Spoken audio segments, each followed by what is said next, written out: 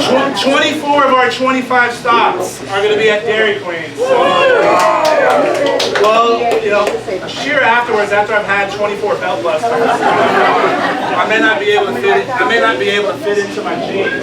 It's gonna be awkward when people come in. But before I get started, I want to see where'd Mayor go. Mayor, you want to say a couple words? Hey, well, I want to welcome Congressman Hurd to Castroville, first of all. And he's been here so often, I was thinking about making it an honorary station. But you have to wear the hats. I've eaten, I should know the name, I've eaten harissa. Yeah, harissa, so, you know. If you've done that, then you're in there.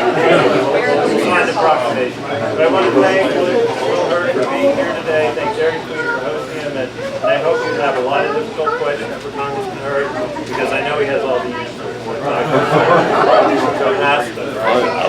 Thank you for being here. Jesse, you got to say anything? All I want to do is welcome you, and thanks again for doing what you're doing. We also have Larry Sitter. Hello, Commissioner Sitter. I want to welcome everybody here. And, you know, I was sitting down at a coffee shop here about a month or two ago, and somebody said, well, Will Hurd said this, Will Hurd said that. I said, why don't you just call him? Well, you need to call Will Hurd. I got my phone.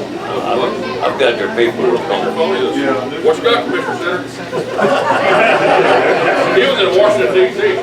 No, it must have been probably about 5:30 in the morning. And the guy said, that's actually Will Hurd on the phone. I said, he does pick up the phone every time I call. It's one of the first times we've ever had a representative in here that will pick up the phone and call you back and tell you what's going on. And Will, I appreciate that. We've never had representation like this in this district. I'm not going to run nobody down, but between you and the other, our state rep, Dan Burr, we have great representation in the county right now. If I need a problem, if I have an issue, I call him on the federal level, I call him on the state level. And they do have pretty well. Well, I appreciate it. Thank you, buddy. And the chief of police here and his officers, y'all have a tough job, but thanks for keeping us safe. You know? I've gotten a lot of questions over the last couple of weeks about why Dairy Queens. Right? Well, there's one in every county to start, and DC2DQ sounds pretty cool. So if you're on social media, make sure you put the hashtag DC2DQ and take a lot of pictures. The other reason I do this, look, y'all know I've crisscrossed this district dozens of times, and I've been to all 29 counties multiple times, even Mentone. I've been to Loving County seat of Mentone, which is 95 people in the entire county. I've met 72 of them, and the last time I was there, I asked the county judge, I said, Judge, there's 13 people I still haven't met. And he said, Hurd, they don't want to be met. So I checked that off. But one of the reasons I spend so much time out in the district is because we had two goals when we ran for Congress. Be a leader on national security and the gold standard when it comes to constituent relations. All right? I don't represent just San Antonio, which is my hometown, and I'm proud to represent that, but I represent all 29 counties. And the one way you understand what's going on is to get out here and talk to folks. You know, a gentleman earlier today was telling me, right here at this DQ, that, you know, we funded the VA at the highest level the VA has ever been funded. But there's some reports that they're spending hundreds of thousands of dollars on art. Right? That was not the intent. That was not what was written in the appropriations when we do that. Then we had another veteran here today tell us about how he's on 100% disability, but he's still getting charged for property tax, which is not right.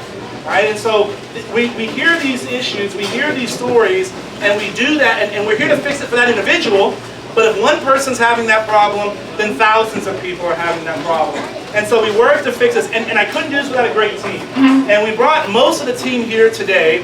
I want to start with Stoney Burke, not the famous cowboy, but my chief of staff. See, everybody, you know, once you get outside of Bear County, everybody knows that joke. Stony Burke, I've known him since he was 14 years old. He ruined my life by suggesting I run for Congress. And so I got to ruin his life by making him my chief of staff. It's great having someone that I trust and I've known for a long time. I'm as a partner in crime in this. And he's going to be based throughout the district for the next couple of months. So you'll be seeing more of him. Daniel Meza. Where's Daniel? Right here.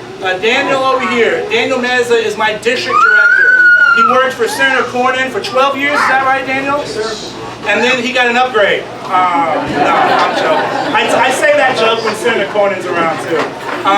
But it's great having Daniel, his experience in this district to drive our operations within Texas. Where's Tyler? Tyler Lowe in the back. Councilor Lowe. He did his law degree in San Antonio. For the last year and a half, he was the counsel of the Homeland Security Committee, and now he is Daniel's deputy. It's great having him on the team because we do so much in Homeland Security, because we do so much with all the entities within the Department of Homeland Security. It's great having that talent and those skills. John Arnold, my stunt double, and he is a 9.5-year veteran with the Army. He handles all of our veterans issues and military affairs issues, and John's a great example. Last year, 2015, we solved 242 veterans cases, and we're on track to hit that number. That's just veterans cases. That's not talking about Social Security. That's not talking about Medicare. And you know, part of our job is to battle the bureaucracy for people that need to be battled, right? And it's not easy, but it's great having someone like John who understands the issues, who served, and who understands the hardships that many of the family members have gone through. So it's great having John. Henry Rivera, where are you, Henry? He's back here. He's in the back somewhere. Henry back there. Henry's one of our caseworkers, so he helps on all the constituent relations issues. Jenny Tavares is one of our field reps from Fort Stockton, the school at Sol Ross and University of Texas at Austin. We let a few in. John's also a Longhorn. We had to do that. We let some TCU Hornfrost in too. I don't know how that happened. But it's great having Jenny on board. Stoney, did I miss anybody? Jessica Guerra is a San Antonio native. She spent the last year and a half in our Washington, D.C. office. She handles agriculture issues, she handles education issues, and she's now in our district office. So it's someone you'll be seeing a lot more of. So this is probably half the team that does the work of the 23rd District. It's a privilege to have my name on the sign and my name on the door, but it's a group effort, and these are the people that are down in the weeds making things happen. Henry also, I see some folks that are applying for some of our military academies. Henry manages that process for us as well, because that is one of those issues I didn't realize that's one of the things that as a member of Congress you do. We had 11 constituents placed in the military academies. It's the most of anybody in Congress in South Texas, right? And so, no, absolutely. I should be clapping to y'all, right? Because y'all are the parents and the uncles and the brothers and the sisters that are helping your students do that. And we have one of the families of one that's with Parents Day right in the back, so give them, they've been through the process. So if you're interested, talk with them. So, it's been 19 months. This is our second DC2DQ. I think this is the 5th time or 6th time I've been in Castroville in the last 4 days. I like being in Castroville. Octane Coffee is one of my favorite coffee places. I don't have kids. I'm not married, but I've learned from my friends that have kids that you're not supposed to have favorites, all right? Especially when you represent 29 counties, but Octane is one of my favorites. And you also have a great entrepreneur here, Lori at Taste Elevated. Seeing what she's been able to do, and we're making chutneys in Castroville, Texas. Right? And exporting it all across the state and in the country. That's amazing, right? And being able to help support small businesses like Lori's is great. We brought Google and Facebook into San Antonio to do a training for small businesses. We had 450 folks there to learn how to use those tools in order to get their messaging out. We did a thing last week called Tech to Town, where we took some technologists from San Antonio out to some of the rural communities to talk about everything from how do you manage Windows 10 to how do you work with Word and PowerPoint. Some of these things that we have to make sure we don't have a skills gap, right? And we also have to make sure that our kids are focused on STEM in schools, right? This is incredibly important. I'm a computer science major. When I graduated from Texas A&M, y'all know I spent 9.5 years as an undercover officer of the CIA. One of the things that I love telling young girls is that the best officers that I had when I was in the CIA were women. They recruited more spies. They stole more secrets. They got bombs off the streets. They protected our country, right? And to try to get some of our young girls to think about these are ways that they can use a career path that will open to them, that's a lot of fun. You know, I spend a lot of time in high schools. I try to speak as many high schools as I possibly can. And one of the things I tell the kids, I know what I know what I don't know, but what I don't know is the largest of those three categories, right? And that's one of the reasons to come out here and talk to you, right? And also to talk about what's actually going on. Washington, D.C. is indeed a circus, right? I don't have to tell you all that. But some things have gotten done, right? And y'all wouldn't always know that just watching TV, right? Y'all wouldn't always know that reading papers other than the local papers, right? Yeah.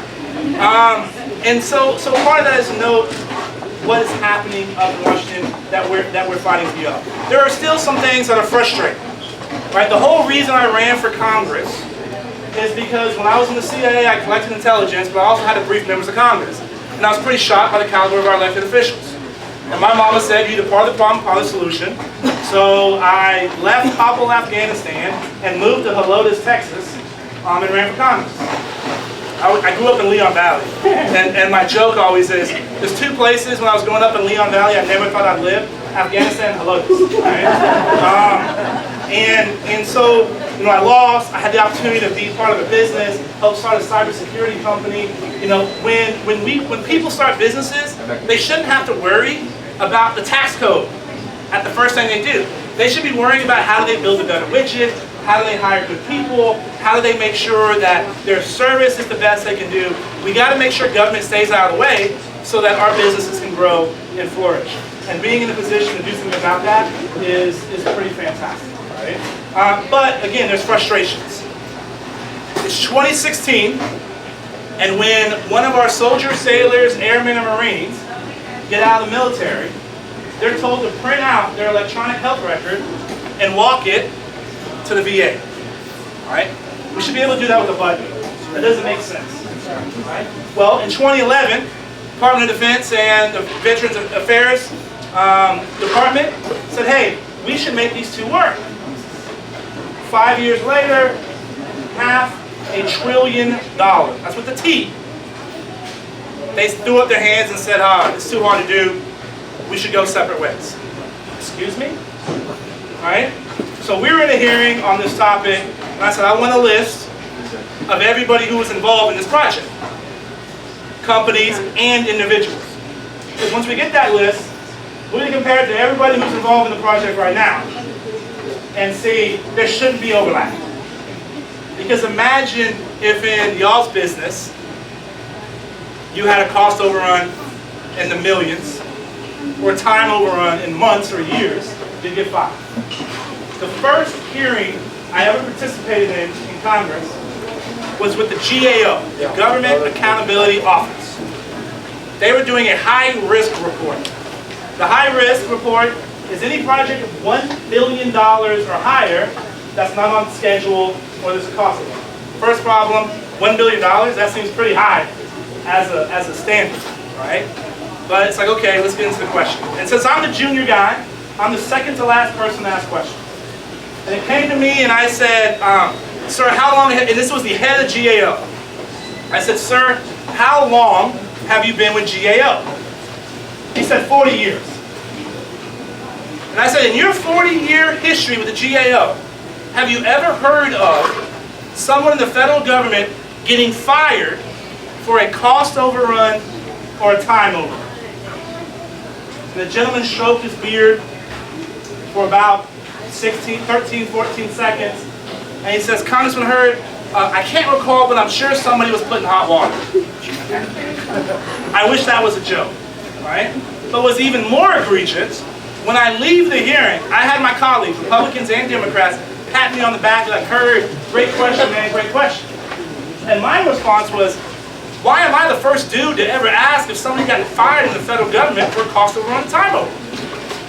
And part of the reason is we don't have people in Washington that have experience in real world things, right? If we had more business folks, we had people that had built something with their hands, we would see better decisions being made, right? And that's why we got to make sure that we support folks like that. The other issue, I've chased Al-Qaeda, I've chased the Russian intelligence services, I've chased folks that were building nuclear weapons and selling them to governments hostile to us. I left the CIA in August of 2009. Hey Tim. I left the CIA in August of 2009. The threats to our nation have increased since 2009.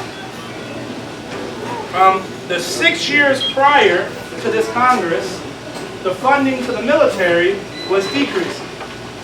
Funding to the military decreasing, threats to our country increasing, that makes no sense. The number of my colleagues in the House that vote against authorizing the military is crazy, right? It actually happened. I don't know, y'all probably can't believe that being here because of the support that we have for our men and women that serve in uniform, but it's out there. And then you have an administration that wants to send $400 million to the Iranian government. It's unbelievable. Here's a novel idea. The Iranian government owes families of terrorist attacks $43.5 billion. These were the awards that courts agreed upon. And we're going to send $400 million in cash to a government that's hostile to us? We're going to send it to a government that's against our allies in the region? Because here's the reality, y'all. If we're going to stop ISIS, if we're going to stop Al-Qaeda, if we're going to stop the Khorasan group, if we're going to stop Al-Shabaab, we have to work with our partners overseas. And when they see hundreds of millions of dollars going to a government that's hostile to them, they scratch their head and say, come on. All right? So I'm glad that I'm in a position to try to do something about it. Right? Because we have to continue to hold people accountable for their decisions. We have to make sure that we're creating an environment for our men and women that are going overseas to fight for us, have the tools, have the training, and have the direction in order to do their job. And that's something that I'm committed to doing as long as I'm up in Washington, D.C. And I thank y'all for giving me the opportunity to go up and do that. When you represent a 50-50 district, you learn very quickly no matter what you do. There's a good part of the district that's upset with what you do. I'm tough. I have thick skin. My dad's on TV duty, so when nasty commercials come out about me, he switches them so my mom doesn't. Because my mom will not respond as diplomatically as I will to those kinds of things. But it is an honor to be able to fight on behalf of this part of the world. A lot of what we do is also working with local communities. Right? We work with the mayor of Hondo on getting the educational training facility, a $1.2 million grant.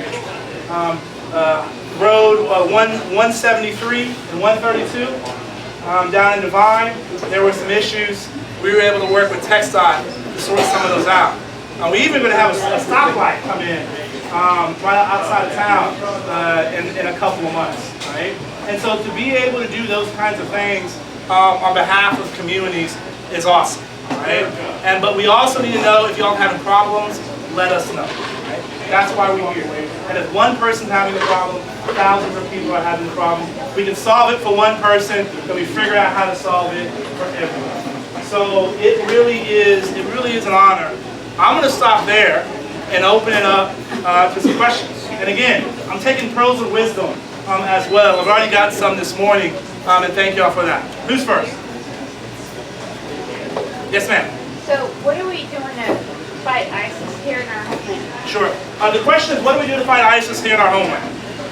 What makes ISIS so scary is its ability to influence people even if they're 6,000 miles away. So when I was chasing Al-Qaeda in Pakistan, Afghanistan, Al-Qaeda would do something called a night letter. They would write a letter and leave it on somebody's doorstep. You can hit a couple hundred people that way. But ISIS, the way they're leveraging social media, they're doing 4 social media campaigns a day, translating it into 49 languages and dialects, hitting hundreds of thousands of people, and inspiring people even if they're 6,000 miles away. So there's a couple things we can do. Number one, take the fight to their doorstep. Right? We've waited too long to bring the hammer down. We also need to increase the amount of human intelligence that's coming out of Iraq, Syria, and Libya on ISIS, right? Their plans and intentions. Because when you have good human intelligence, you figure out what they're doing, where they're moving to, and you can improve the targeting of your planes and your air force. That's step one. Step two, we have to counter their ideology. ISIS is encouraging young men and saying you're going to find adventure coming into Iraq and Syria. What we need to teach them is that, guess what? You're more likely to get a bomb dropped on your head or a couple of bullets in your chest if you go out and do that. We've had people, young men, that have gone into Iraq and Syria, fought with ISIS, and left because they thought it was terrible. They're going out in public saying, ISIS, they're bad Muslims. They're terrible people. They're mistreating the population. We need to be using that in our counter messaging. And we weren't. So, in the Department of Homeland Security Committee, we had a bill that told Department of Homeland Security, who's involved in what's called Countering Violent Extremism, CVE. This is the counter messaging. Saying, hey, use these public pronouncements in your messaging. And we had a fight about this on the committee. This is like the old Scared Straight program, right? I guess it's not old, it's still going on. You know, we should be doing simple things like that, but the government can't do it alone. We have to work with religious groups in the United States. We have to work with our Arab partners in the Middle East. And the one thing that is a positive, when I left the CIA in 2009, the Arab world was not talking about Islamic extremism being a civil war within Islam. They weren't talking that way. I was in the Middle East a couple of months ago with Speaker Ryan. We were in all the presidents, potentates, and kings. We're saying this is a civil war within Islam, and we need to do everything we can to stop these radical Islamic extremists, right? And so we have to work with them in order to bring it down. And then locally, you know, there's ways where we can improve the amount of information sharing between private security, local law enforcement, and some of our federal entities, and that's something that we're working on. Sorry for the long-winded answer to the question. Yes, sir.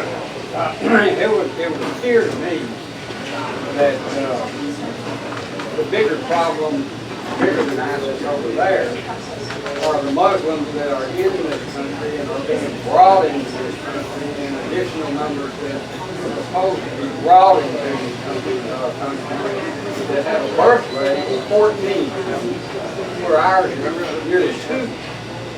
And also, can you tell me what you know about reports that I've read, the rest of New Mexico, Muslim extremist forms, plans, pipelines, and gas pipelines, and grid, and training ISIS troops in Mexico? Yep, sure. So I sat on a committee, I sat on a task force that looked at foreign fighters, Americans going into Iraq and Syria and coming back. One of the scary things we learned is that our European partners are not checking the travel documents of people going through Europe, right? So they were checking 1 out of every 3 travel documents. They were not checking known travelers against terrorist watch list database, right? So the bigger concern right now is still the porousness of people being able to come from a point of last departure into the United States on a European passport, right? Because that is where the first level of attack is going to be, and that's a problem that we have to address, and we've been addressing that with our colleagues. The French learned very quickly after the attacks in Paris the need to check people against terrorist watch lists. The ISIS training camp in Juarez. This has come up many times. There is zero credible evidence that there is an ISIS training camp in Juarez. I've talked with every element of the federal law enforcement intelligence services. We've talked with everybody on the Mexico side about this. Where this information came from was a discredited source that was that had been working with U.S. individuals, but was released because he was lying. There's also evidence to suggest that this is a tactic by the drug cartels to misdirect focus somewhere else and do something in another area, right? Finding a nexus between international terrorist organizations and drug cartels on the border is the #1 priority of the U.S. intelligence services. And look, the reality is our men and women in Border Patrol, they have difficult jobs. And one of the things that we have to change is Washington, D.C., the headquarters, sometimes thinks they can have a one-size-fits-all solution to what's happening on the border. What you need in San Diego is very different than what you need in El Paso. It's very different than what you need in Harlingen. Right? So we need to allow our men and women in Border Patrol to adjust their tactics, techniques, and procedures as they see fit. And we also need a little bit of unity of command. In San Diego, you have Coast Guard, Border Patrol, ICE, and HSI, Homeland Security Investigation. You have a senior person for all 4 of those branches. There's nobody in charge. So the focus of CBP can be different from the focus of ICE. We need to have a unity of command, somebody in charge that can direct and make sure all levels of government are operating against the threat. And the threat right now is 19 criminal organizations that are operating in northern Mexico. And we can lay the hammer down too. There are some groups that we can work on the Mexico side. We also need to make sure that our men and women in Border Patrol are paid properly. The first bill we got signed into law, by the way, we've gotten 4 bills signed into law. 5 others have passed the House. 2 we're working on right now, getting out of the Senate. And the last time someone that represented this district got a bill signed into law was 2007, and it was the renaming of a post office. Right? And so the first bill we got signed into law was a law that Department of Homeland Security, in their infinite wisdom, was going to implement a pay change for Border Patrol, where they were to get paid $700 to $1,000 less for the same amount of work. In what world does that make sense?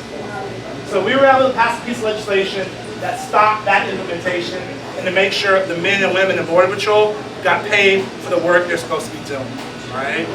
Because they have it tough, they're in a tough job, and we got to make sure that we're supporting them. What else? Yes, sir. House Bill 969, House Bill 681, maybe we'll walk through it. Is there any way to get this bill out of the House? Hold it up. Is there anything else that can be done so we can get our benefits? Yeah, when we get done here, make sure I have your contact information, and we can follow up specifically on that bill and see what.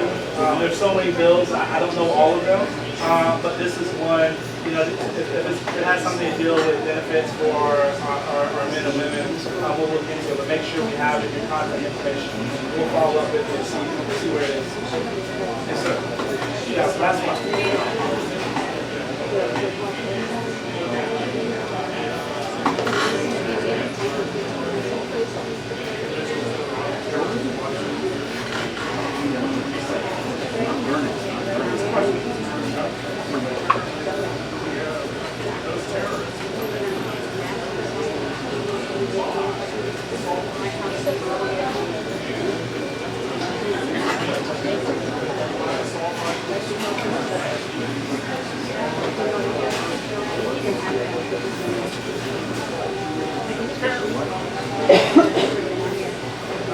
So the question, hey brother, the question is, some terrorists that are on the watch list are able to buy weapons, and so here's the reality. Assault weapons have been banned in the United States since 1930.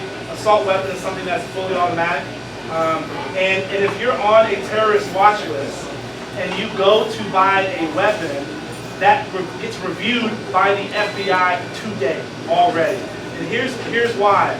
If you're John Smith, age 35 in Alabama, and you're on the terrorist watch list, and your name is John Smith, age 55 in Texas, and you go to apply, you're going to get pinged as if you're on the watch list. Right?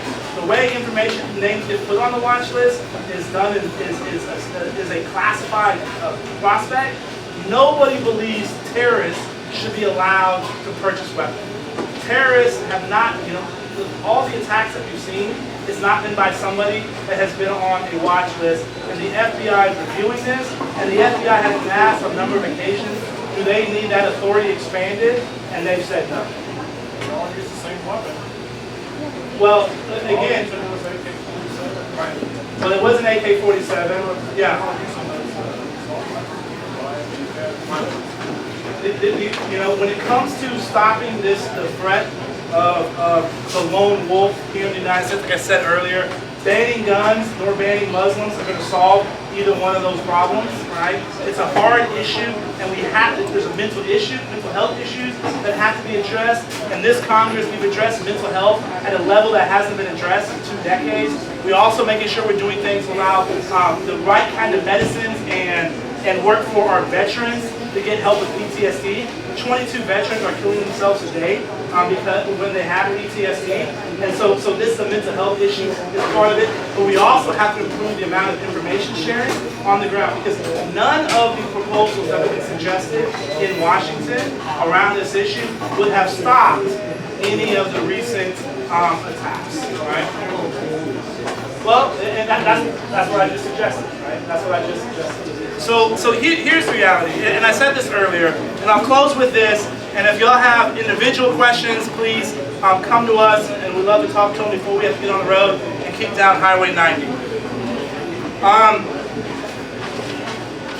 When early on in my time in Congress, I was supposed to give a tour to a group, and I'd never given a tour of Congress, and I thought this would be a pretty crummy tour if I don't know what to show people. So I asked someone from the Capitol Visitor Center to give me an hour tour, show me the highlights. And they sent a young lady over to me, 67 years old, been doing this for 17 years. And after 3.5 hours, she had me standing tall, and my chest was out. She had taught me that I was one of 20,000 people that ever served in Congress. That's a freshman class at Texas A&M University, or University of Texas, Giga Magnus. She taught me that I was connected to people like Sam Houston and Abraham Lincoln, and that I've been part of an organization that has exported democracy for 240 years all the way across the globe. Now, Congress has a long way to go to repairing the trust with the American people. But know this, some things have gotten done, all right? Lifting the ban on exporting crude, big deal. I represent a third of the Eagle Ford, half of the Permian Basin. This is going to keep our boys and girls in jobs, and it's going to be able to allow us to use our energy policy as a tool of foreign policy. You want to put Vladimir Putin in a box? Sell energy to Eastern Europe. Right? You can clap for that. The other thing we did, passed a highway trust fund, the largest in, I think, a decade and a half, to make sure that we have infrastructure and roads to get back and forth. This got done this year. Nobody thought that was going to happen. Another thing called the SGR fix. I guarantee you nobody in this room knows what that is, because we should have called it the increasing seniors' access to good doctors while shaving $5 trillion off the national debt in 15 years. That's what it did. It was the first time in 2 decades we had any reform to some of our entitlement programs. It happened in this Congress, right? So there are some good things that are going on. If you have kids or if you have grandkids, you should know about the Every Student Succeeds Act. It basically repealed No Child Left Behind, which both Republicans and Democrats disagreed with. And it's made sure that we no longer have a one-size-fits-all solution to education. It's how you educate your kids here in Castroville is very different than what you may need to do in Los Angeles. And you know who knows best? Y'all do. Parents do, teachers do, superintendents do, principals do, and that's what we were able to do in this Congress. Now, like I said, we've got a long way to go. And I know people are frustrated with the direction this country is going. I hear it. People are worried and nervous about, they've spent a lot of money to send their kids to college. Is their kid going to get a good paying job when they get out? I've toiled hard all my life, put a little money away. Is that going to be able to keep me, in retirement? Should I go into the mall or that grocery store and I'm not going to get attacked by a terrorist? These are all valid concerns, right? And I understand that and hear that, but know this. I'm hopeful that our best days are ahead of us because there's people like y'all that care, and there's a handful of us in Washington, D.C. that are doing something about it. So God bless y'all. Thanks for letting me represent you, and God bless the United States of America.